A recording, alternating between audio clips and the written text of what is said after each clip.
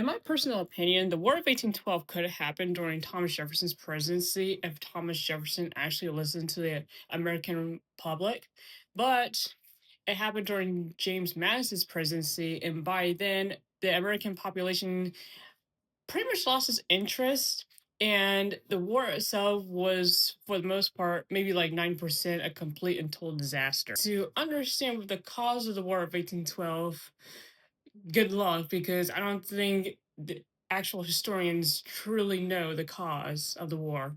All you guys say impressment of American sailors, the Northwest Territory, which is now the Midwest states, politics in general, and just like the whole economic aspect of the world. Just there was a lot going on. It was a slow burn, and it was just like things just kept piling and piling and piling and piling and piling up to the point where finally James Madison was like, he went to Congress like, I need to declare war. But one of the events that really got the American public hyped up for war during Thomas Jefferson's presidency was the Chesapeake Leopard Affair. The Chesapeake Leopard Affair happened June 22nd, 1807, while the USS Chesapeake was sailing out of Hampton Roads, Virginia to the Mediterranean when the HMS Leopard stopped or attempted to stop the USS Chesapeake from sailing out into open water because the HMS Leopard claimed that there were deserters on the USS Chesapeake. The British claimed that the USS Chesapeake had, I think, were four sailors on the frigate who they claimed were deserters, but the waters get a little murky when you look into the history of these four sailors that the British were trying to get back from the USS Chesapeake. At least one of these sailors was definitely British because the other sailors, well, were Native American, of African descent, and one, I think they were from the New England region of America. But it's quite possible that like these men possibly volunteered for the British Royal Navy for one reason or another. But it's just like during this time period, sailors, they would jump from ship to ship to ship. Basically, who paid the most got their services. These men, they were working on a British vessel and then they jumped ship to go on to the next vessel, a different vessel, because the pay was better and the British thought that they had claim over these sailors. There, like I said, there was a lot to this story, which I'm not going to go super deep into because all these different sources I've read were just like they all had their different ideas and stories. Anyway, back to like the whole main idea of this video. The HMS Leopard tried hailing the USS Chesapeake to stop so it could be searched for deserters. But I mean, like, I think rightfully so, the USS Chesapeake was like, absolutely not, because this is a warship and there is no way the captain or like the commodore were going to let enemies just stroll onto their vessel and just like have a look around. Truth be told, the USS Chesapeake was very disorganized because the captain of the ship was a Charles Gordon. And see, Commodore James Barron, even though he was the higher ranking officer, he let Charles Gordon handle the ship because, well, to get the experience. But Charles Gordon, he had a reputation of just being, uh, how do I put this? He was known for being disorganized and just was intelligent, but not very disciplined. So the HMS Leopard was upset that the U.S. Chesapeake wanted to let an officer come on board to search the ship for deserters, and so the HMS Leopard fired into the Chesapeake. And like I said, the USS Chesapeake was completely disorganized. And so while it was getting a broadside from the HMS Leopard, the USS Chesapeake only managed to fire one shot in her defense by a young, I believe, it was Lieutenant William Allen.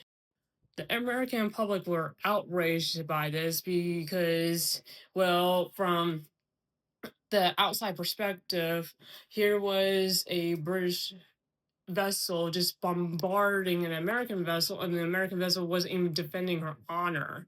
So the Commodore James Barron, well, he faced a court martial, and this was not a good situation for him, obviously, because, well, James Barron, he got blamed for everything. The fact that the U.S. Chesapeake was not in orderly condition to be able to defend herself, and basically the nation's image looked really bad because she couldn't even, like, a war vessel couldn't even defend herself. This was like a very embarrassing situation for the entire nation, and James Barron was a scapegoat because he was a high-ranking officer, even though Charles Gordon was the captain of the ship. But because Charles Gordon there was like nepotism, like, because Charles Gordon, he was the nephew of the Secretary of the Treasury, Albert Gallatin. He just got like a slap on the wrist or like a stern talking to, while James Barron, this was the beginning of the end of his career. James Barron, he was a very capable officer, and he even trained the likes of Stephen Decatur and Jacob Jones and all these other young officers, because Jacob Jones, he was not young at all. These other officers who would win battles during the War of 1812 and gain notoriety and yada yada yada. James Barron, he was left out in the dust because after the court martial, James Barron, he got a suspension without pay, and before the War of 1812 started, he tried being a merchant captain and sailed to Denmark, but he was trapped and stranded in Denmark because war was happening, and he was in Europe while his brother officers were fighting battles. And when the war ended, James Barron, he didn't have any funds to come back to the United States, and so he had to just work his way back to the United States. And by then, all of his brother officers in the U.S. Navy, they called James Barron a coward for not participating in the war when he was stranded in Denmark. Okay, like, he had no way to get home. So a lot of things happened that led up to the War of 1812.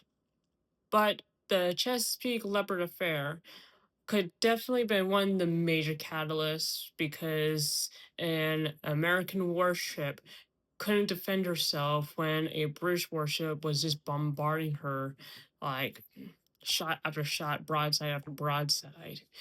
And the fact that, well, the American public just like had enough at this point, but Thomas Jefferson was like, no, we don't have the funds, means, or any way to actually defend ourselves in a real war because, well, war costs money. And so he had this bright idea of like implementing the embargo to just close the United States off while they just try to build themselves up or something. That was a whole mess of itself. And, well, the country was hurting economically, so by the time when the War of 1812 actually happened, the American public, they just didn't care. I mean, like, the rage subsided because they were hurting financially, and they just like forgot why they were upset. Because a few years ago, a U.S. naval officer didn't properly prepare his ship before he decided to sail off to the Mediterranean and look after American interests within the Mediterranean.